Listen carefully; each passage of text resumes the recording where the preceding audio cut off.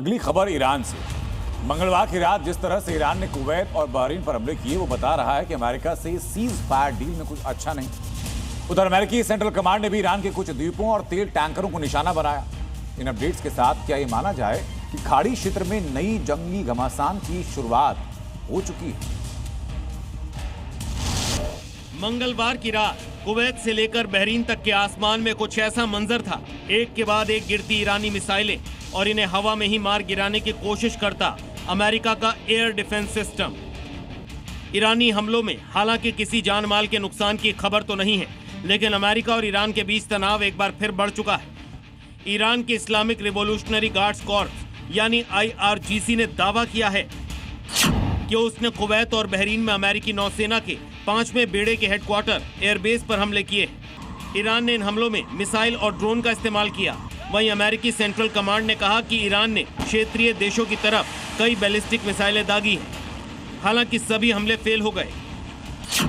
Kuwait पर दागी गई 2 मिसाइलें या तो टारगेट से चूक गई या रास्ते में ही नष्ट कर दी गई। बहरीन पर दागी गई 3 मिसाइलों को अमेरिकी और बहरीन एयर डिफेंस सिस्टम ने रोक दिया। ईरान ने कहा कि ये हमले हॉर्मुज स्ट्रेट में ईरानी द्वीप और टैंकरों के हमले के जवाब में किए गए। अगर ऐसे हमले आगे हुए तो आगे और भी बड़े पलटवार होंगे।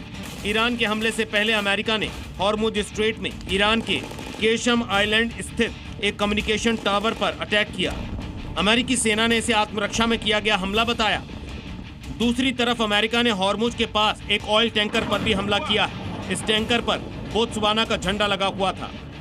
अमेरिकी नाकेबंदी के हमले का शिकार हुआ यह टैंकर हॉर्मुज स्ट्रेट से ईरान के खार्ग आइलैंड की तरफ जा रहा था।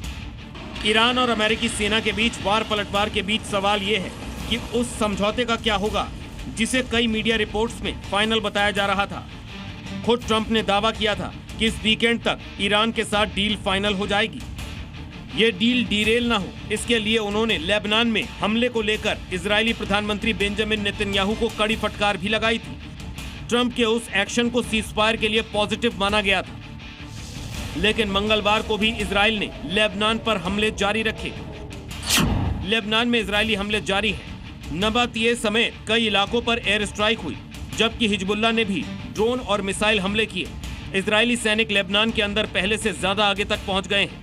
लेबनान में इजरायली हमले बढ़ने से UN की संस्था यूनिफिल पर सवाल उठ रहे हैं। यूनिफिल संयुक्त राष्ट्र का एक शांति मिशन है जिसे दक्षिणी लेबनान में युद्ध विराम की निगरानी और शांति बनाए रखने के लिए तैनात किया गया है। इजराइल का आरोप है कि यूनिफिल हिजबुल्लाह की सैन्य गतिविधियों को रोकने में नाकाम रहा है। वहीं हिजबुल्लाह और उसके समर्थकों का कहना है कि यूनिफिल की कुछ गतिविधियां इजराइल के हितों के मुताबिक काम करती हैं। यानी मिडिल ईस्ट में युद्ध का तीसरा मोर्चा लेबनान है, जिस पर ना तो ट्रंप का कंट्रोल है और ना ही ईरान के सुप्रीम लीडर का। हिजबुल्लाह अपनी जंग खुद लड़ रहा है और इजराइल इतना निरंकुश हो चुका है कि उसे सीजफायर के लिए अमेरिकी शर्तों तक की परवाह नहीं। तो क्या पश्चिम एशिया से लेकर मिडिल ईस्ट तक सीजफायर पर बातचीत एक नाकाम कोशिश साबित हो चुकी है? आखिर समझौतों की शर्तें तय होने के बावजूद इस पर अमल करने में मुश्किल किस पक्ष को हो रही है? ब्यूरो रिपोर्ट, जी मीडिया।